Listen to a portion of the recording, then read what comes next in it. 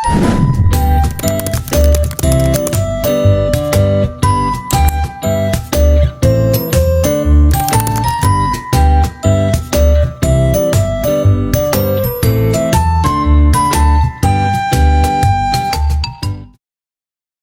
selamat lingun nalatay, salam sahujut karendeng balempang, adil katalino, bacuramin kasaruga, basengat kajubata.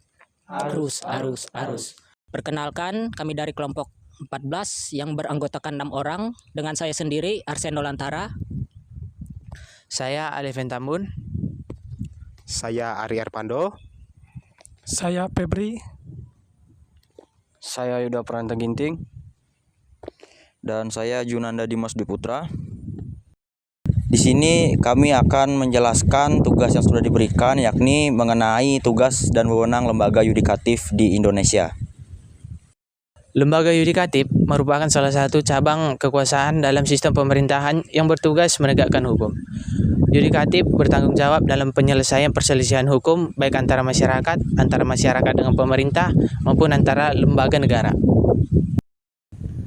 Tugas-tugas lembaga yudikatif. Yang pertama, penegakan hukum.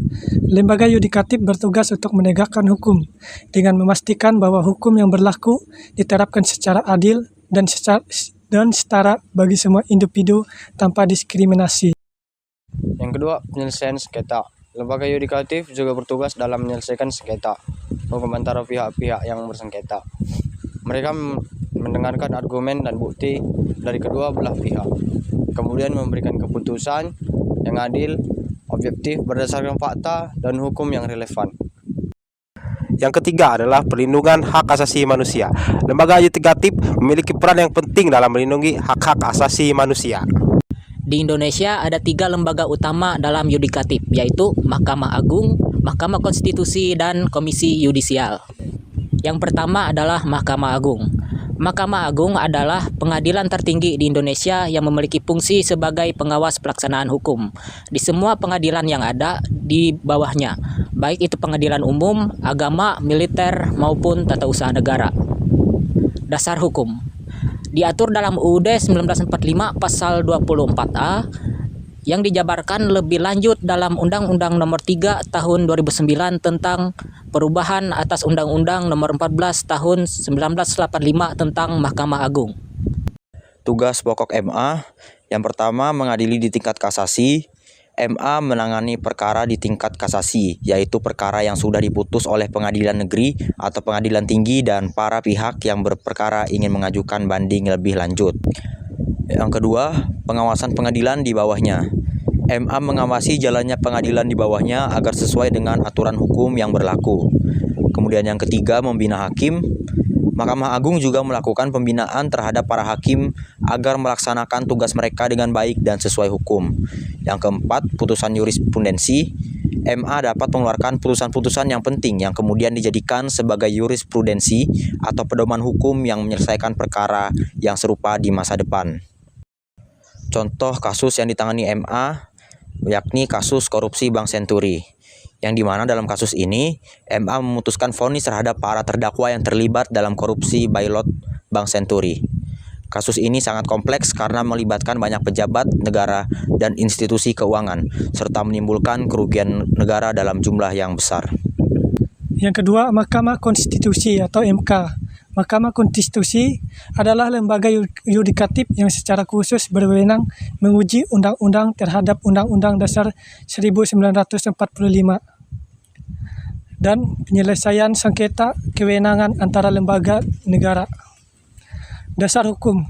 MK diatur dalam Undang-Undang 1945 pasal 21C dan diperinci dalam Undang-Undang Nomor 24 Tahun 2003 tentang Mahkamah Konstitusi yang kemudian direvisi dengan Undang-Undang Nomor 8 Tahun 2011. Tugas pokok MK. MK berwenang menguji undang-undang yang dianggap bertentangan dengan Undang-Undang 1945.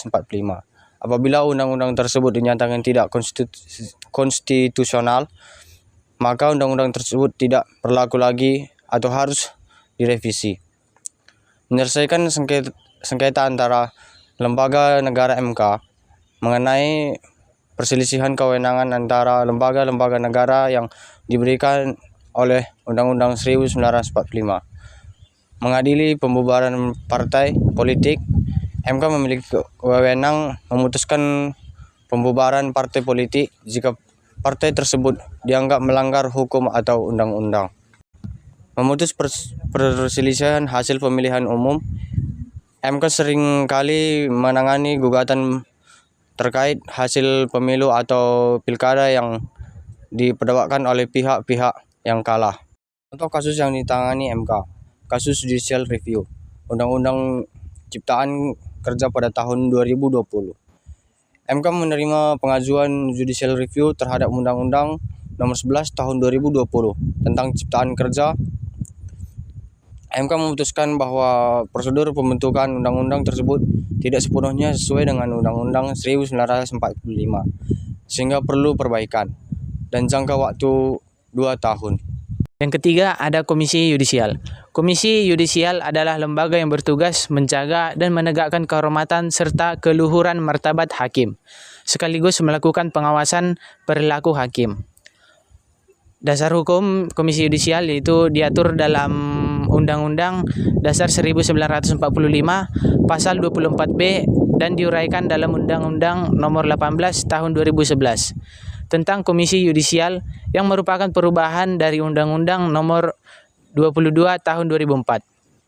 Lalu ada tugas pokok Komisi Yudisial, itu mengawasi perilaku hakim. Komisi Yudisial bertugas mengawasi integritas dan profesionalisme para hakim di seluruh Indonesia agar menjalankan tugas mereka secara adil dan bebas dari pengaruh eksternal seperti suap atau tekanan politik. Dan tugas lainnya dari seorang komisi yudisial adalah mengusulkan pengangkatan hakim agung. Komisi yudisial mengajukan calon-calon hakim agung yang layak kepada DPR untuk kemudian dipilih, kemudian menjaga kehormatan hakim. Komisi yudisial juga memiliki peran untuk menegakkan etika profesi hakim dan memberikan sanksi jika terdapat pelanggaran. Contoh kasus yang ditangani Komisi Yudisial adalah kasus EKTP. Nah, Komisi Yudisial pernah menerima laporan terkait dugaan laporan etik oleh seorang hakim dalam kasus korupsi proyek elektronik KTP. Komisi Yudisial kemudian melakukan investigasi terhadap dugaan tersebut dan memberikan rekomendasi sanksi jika ditemukan pelanggaran. Kesimpulannya, lembaga yudikatif di Indonesia memiliki peran yang sangat penting dalam memastikan terjaganya hukum yang adil, dan dari masing-masing fungsi lembaga tersebut, ketiga lembaga tersebut berupaya menjaga keadilan dan supremasi hukum di Indonesia.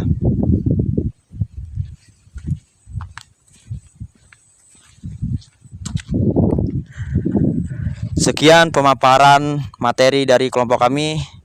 Kami ucapkan terima kasih.